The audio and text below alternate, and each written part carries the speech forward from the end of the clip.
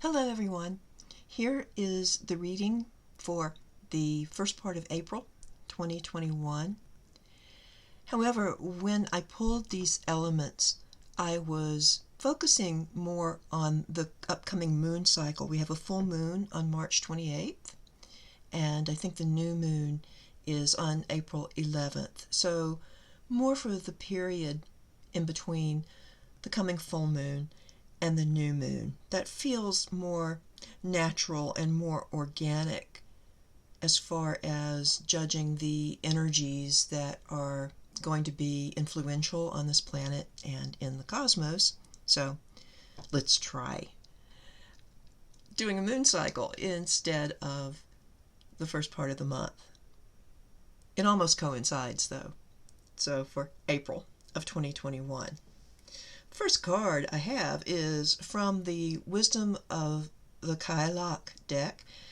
It's First Shoots, and this is all about new beginnings. New beginnings, new opportunities, nurturing the seeds that we have planted, our efforts starting to show growth, starting to show evidence of life.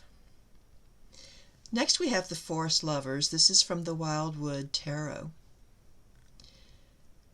And while the message here can certainly be love, maybe finding a new love, beginning a new relationship with the influence of first shoots, there's also within this card the message of harmony and unity, the balancing of polarities, the softening of extremes, and finding common ground. And this applies both to our outer world and our inner world. You'll notice that on this card, the lover's hands are bound by the hand-fasting ribbon, but then their free hands go to their hearts. So this symbolizes both harmony within and harmony without.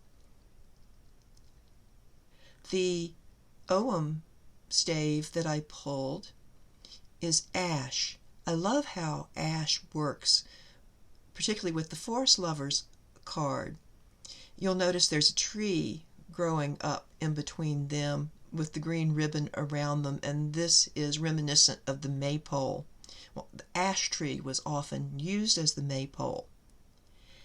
And why is that it was considered in Norse mythology, particularly the Axis Mundi, or the world tree.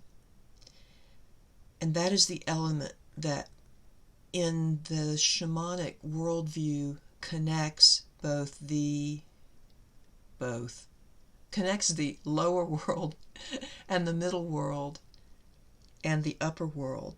But you can also think of different aspects of yourself, of body, mind, spirit, or raw materials and the act of creating and inspiration. There's a lot of triads that the ash can be considered as connecting. The ash tree also has seeds with wings, and they're referred to as keys. That relates to the ash's reputation as the key to universal truth and universal knowledge. So by looking at these three elements, I would say we're coming into a time when we have great opportunities to find stable footing, to rebalance. But we need to remember that as chaotic as the outside world can be, the responsibility for our inner harmony lies with us. And if we focus on our center, focus on our hearts, focus on love and compassion, and let that be the guiding force for the actions that we take, for the seeds we plant, for the things we nurture, for the growth that is engendered.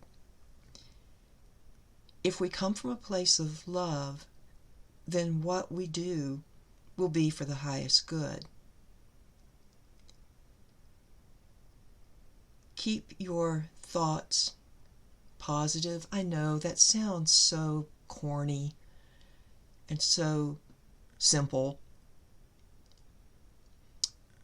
but keeping a positive outlook, Ash's message,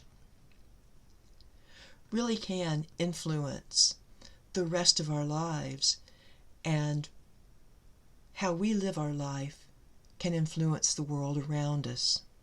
So, for the first part of April, or for this moon cycle coming up, focus on finding a balance. Where in your life have you been out of balance? Maybe you've been too busy, and now it's time to rest. Or maybe you have been stuck in inertia too long, and it's time to act. Of course, from a broader perspective, I can also see this as coming out of the COVID lockdown, as more and more people are getting vaccinated and businesses and the world is just opening up more to us. We can come together, find our common good. So this seems like a very hopeful period that we are heading into. I wish you all much balance and love and compassion in your lives. Thank you for watching and listening. And I suppose I should say this is all for entertainment purposes only. I will see you at the new moon. Thank you.